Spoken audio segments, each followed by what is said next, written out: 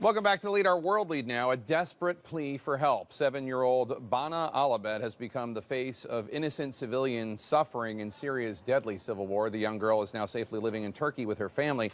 But earlier today, she tweeted a message to President Trump, quote, "I beg you, can you do something for the children of Syria? If you can, I will be your best friend.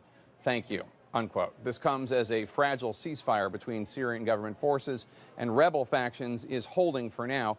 Joining me now in a CNN exclusive is Democratic Congresswoman Tulsi Gabbard of Hawaii. She just returned from a secret trip to Syria. Congresswoman Gabbard, thanks for coming and sharing your story with us. Aloha, Jake. Good to be with you.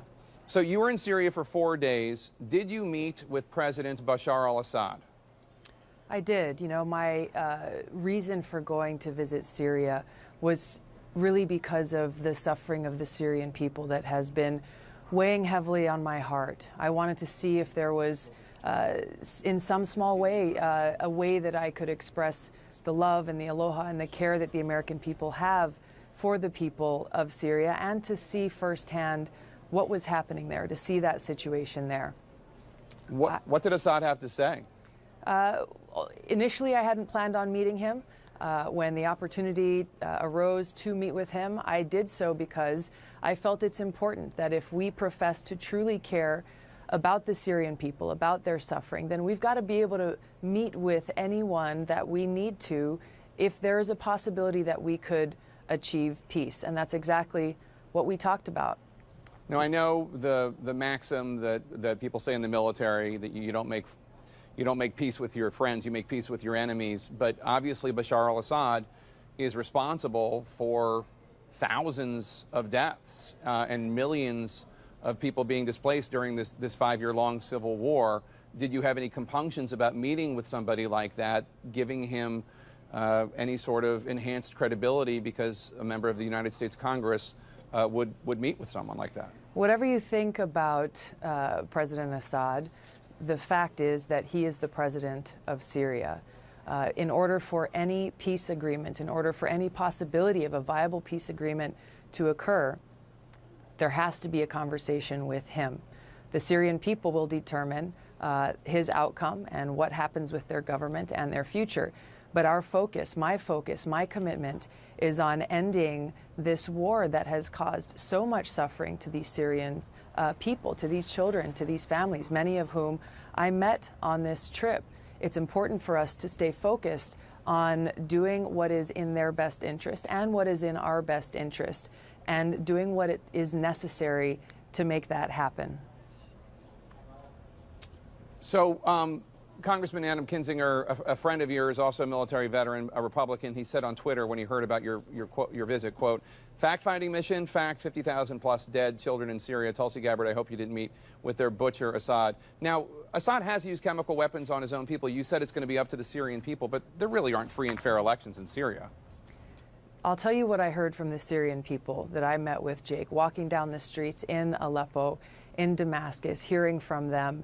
They expressed happiness and joy at seeing an American walking through their streets, but they expressed a question. They said, why is it that the United States, its allies and other countries are providing support, are providing arms to terrorist groups like Al-Nusra, Al-Qaeda, Arar al-Sham, ISIS, who are on the ground there raping, kidnapping, torturing, and killing the Syrian people, children, men, women, people of all ages. They asked me, why is the United States and its allies supporting these terrorist groups who are destroying Syria when it was Al-Qaeda who attacked the United States on 9/11, not Syria?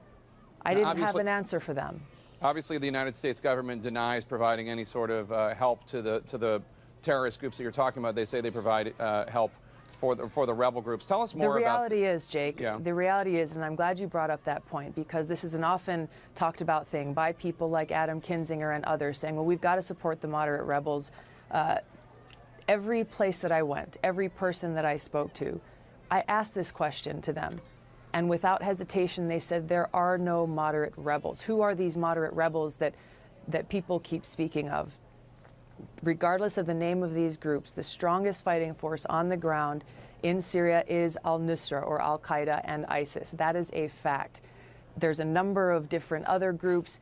all of them essentially are fighting alongside, with, or under the command of the strongest group on the ground that's trying to overthrow Assad. The Syrian people recognize, and they know, that if President Assad is overthrown, then Al-Qaeda, or a group like Al-Qaeda that has been killing Christians, killing people simply because of their religion or because they won't support their terror activities, they will take charge of all of Syria. This is the reality that the people of Syria are facing on the ground, and why they are pleading with us here in the United States to stop supporting these terrorist groups. Let the Syrian people themselves determine their future, not the United States, not some foreign country. And we've been showing video of your trip, from your trip. In the minute we have left, tell us the most striking image you have from your visit to this war-torn region.